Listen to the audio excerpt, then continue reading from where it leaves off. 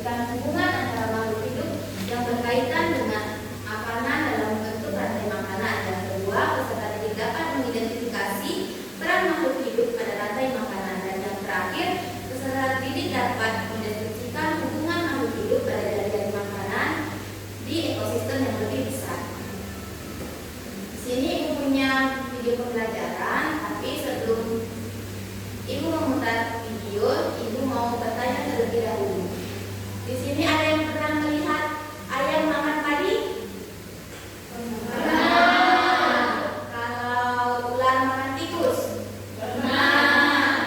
Nah, rantai makanan inilah yang akan kita pelajari pada hari ini. Silakan simak video ini dengan baik, karena setelah video ini Ibu akan mengajukan beberapa pertanyaan.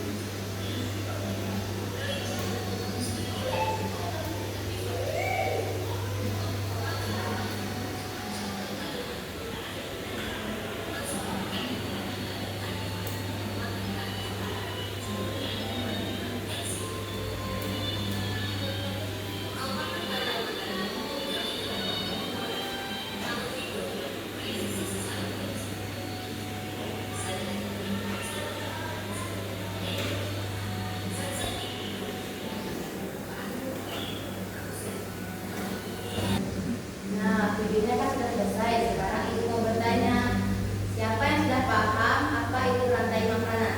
Ibu, silakan.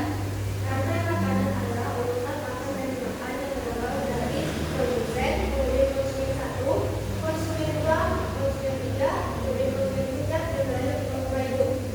Nah, sekali berikan aplaus yang meriah untuk selanjutnya, siapa yang berada di awal rantai makanan? Ibu, Silakan. produsen. Ya, benar sekali. Produsen biasanya adalah tumbuhan, karena tumbuhan dapat menghasilkan makanannya sendiri. Selanjutnya, karena tadi di video tidak dijelaskan apa itu dari makanan, jadi dari makanan adalah kumpulan rantai makanan yang saling berhubungan yang membuat ekosistem lebih stabil. Di dalam rantai makanan tidak selalu sederhana. Banyak sekali makhluk hidup yang memiliki lebih dari satu rantai makanan. Kumpulan dari banyak rantai makanan inilah yang disebut dengan jaring-jaring makanan. Paham? Nah, untuk menambah pemahaman kalian, di sini sudah ada diorama rantai makanan. Di sini terdapat rantai makanan padang rumput dan rantai makanan sawah. Di rantai makanan padang rumput terdapat matahari.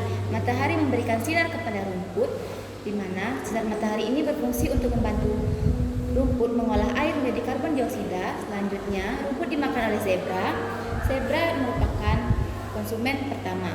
Selanjutnya, zebra dimakan oleh harimau, maka harimau merupakan konsumen kedua atau puncak tertinggi, di mana apabila harimau ini mati, maka sisa-sisanya akan diurai oleh jamur.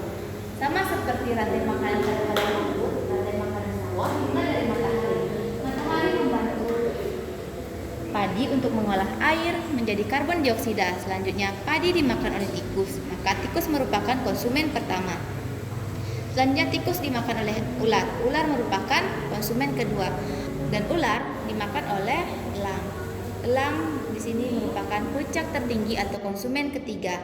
Apabila elang mati, maka akan diurai oleh jamur. Sampai sini sudah paham?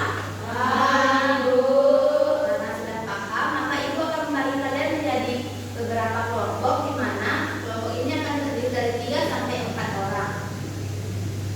Kelompoknya dari baris saja ya, biar gampang.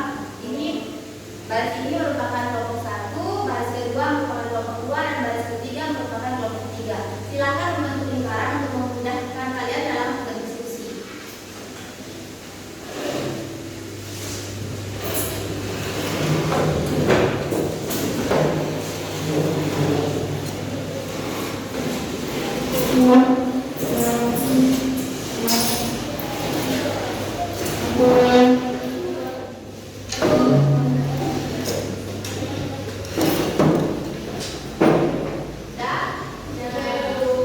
Nah, setiap kelompok akan dibagikan 1 LKPD, maka kalian harus mengerjakannya secara berkelompok dan saling berpendapat.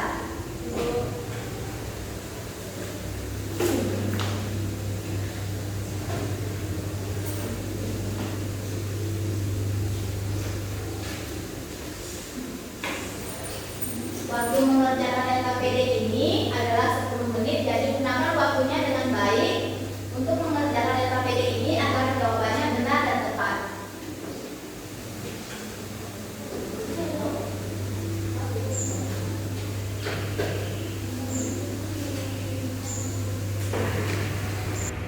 Wah, betul ya. Masa kita naik.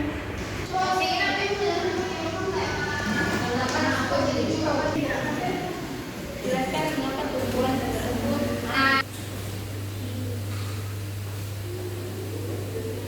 Sudah? Sudah Bu. Sudah Bu.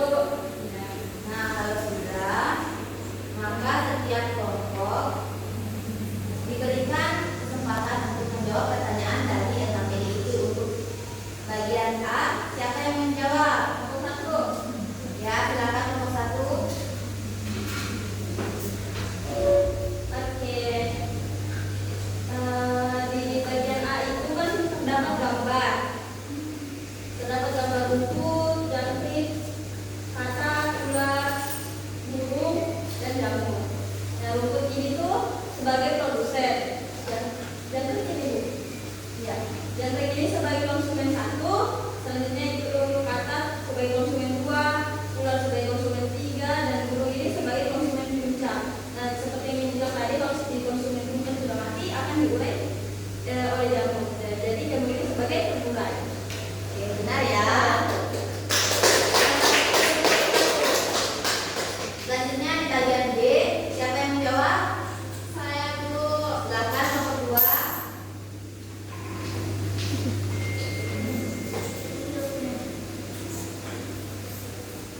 Pertanyaan nomor 1, jelaskan mengapa tumbuhan disebut sebagai produsen dalam rantai makanan.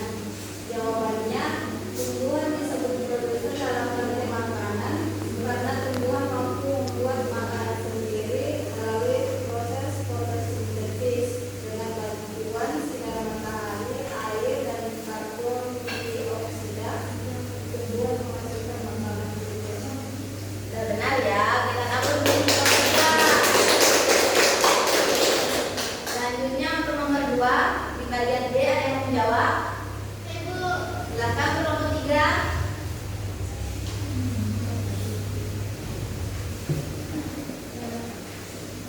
Jawabannya nomor 2 adalah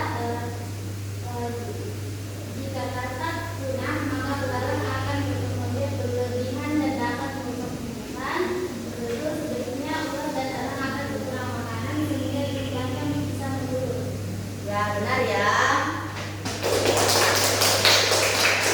Oke, nampaknya anak-anak ibu sudah paham ya tentang rantai makanan ini. Silakan masing-masing kelompok mengumpulkan LKPD-nya di depan.